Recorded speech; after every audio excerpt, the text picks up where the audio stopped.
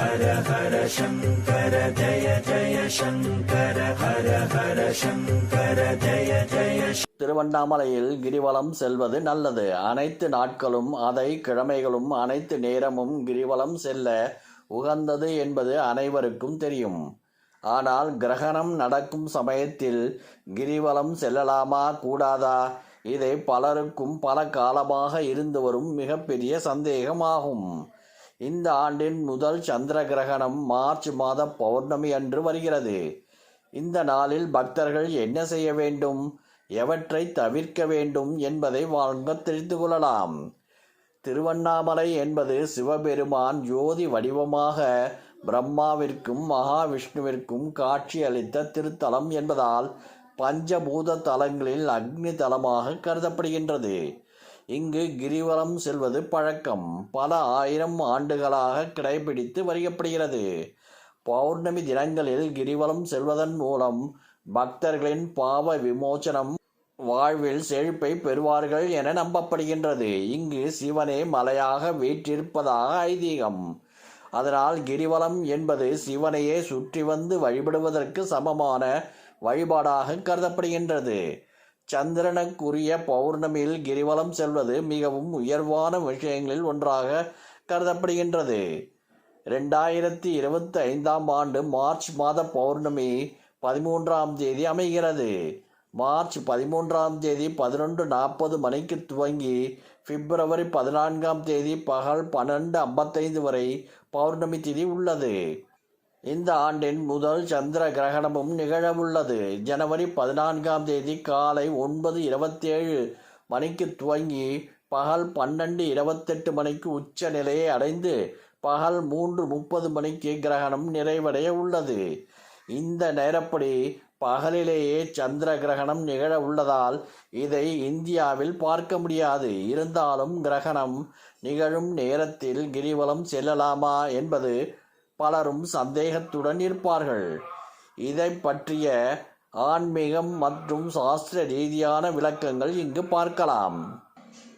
கிரகணம் என்பது சூரியன் மற்றும் சந்திரனுக்கு இடையே பூமி கடந்து செல்லும் ஒரு இயற்கையான வானியல் நிகழ்வாகும். பொதுவாக சூரிய கிரகணம், சந்திர கிரகணம் ஆண்டுக்கு 2 முறை 3 முறை ஏற்படும். இந்த நாளில் பல்வேறு ஆன்மீக நெறிமுறைகள் கடைபிடிக்கப்பட்டு வருகின்றன. இதன் போது கோவில்கள் மூடப்பட்டு பூஜைகள் தற்காலிகமாக நிறுத்தப்படுகின்றன. கிரகண நேரத்தில் வெளியில் வரக்கூடாது, உணவு தண்ணீர் போன்றவற்றை சாப்பிடக்கூடாது என்பது போன்ற பல விஷயங்களை நாம் காலமாக கடைபிடித்து வருகின்றோம். கிரகணம் நடைபெறும் நேரத்தில் தீபம் ஏற்றி வழிபாடு செய்யக்கூடாது. உணவு சமைத்தல் மற்றும் உணவு சாப்பிடுவதை தவிர்க்க வேண்டும். கிரகண நேரத்தில் மந்திர ஜபம், தவம், தர்ம கர்மா போன்றவற்றை செய்வது உகந்தது. கிரகண காலத்திற்கு பிறகு புனித நீராடி கோவிலுக்கு சென்று வழிபாடு செய்யலாம்.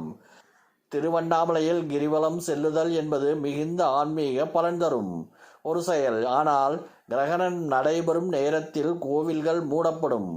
திருவண்ணாமலை அருணாச்சலேஸ்வரர் கோவில் கூட கிரகண காலத்தில் மூடப்பட்டு பின்னர் தீர்த்த சந்தனம் செய்யப்பட்ட பிறகு மட்டுமே திறக்கப்படும்.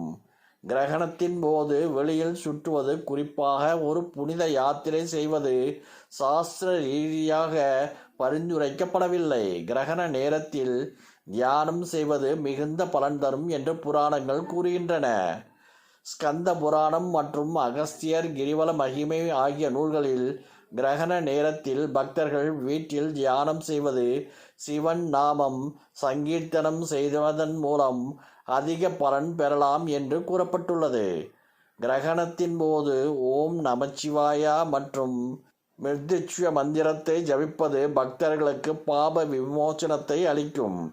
கிரகண நேரத்தில் வெளியில் இருப்பதால் சிலர் உடல் நல பிரச்சனைகள் எதிர்கொள்ளலாம். குறிப்பாக கர்ப்பிணி பெண்கள், வயதான முதிர்ந்தவர்கள், குழந்தைகள் ஆகியோர் இந்த நேரத்தில் வீட்டில் இருப்பது சிறப்பானதாகும்.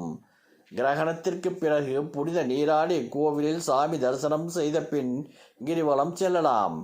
கிரகண நாளில் முற்றிலும் கிரிவலம் செல்வதை தவிர்க்க வேண்டும் என்று கட்டாயம் இல்லை. ஆனால் கிரகண நேரத்திற்கு பிறகு செல்லலாம்.